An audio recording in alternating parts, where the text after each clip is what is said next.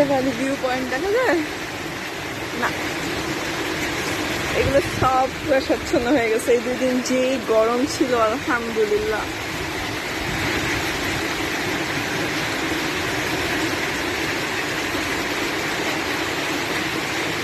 ভিজতে পারলে ভালো লাগতো, বাট আমার অলরেডি গরমে ঘেমে ঠান্ডা লেগে গেছে। আগুনের দিন শেষ হবে একদিন, ঝরনার সাথে গান হবে একদিন, এই পৃথিবী ছেড়ে চলো যা।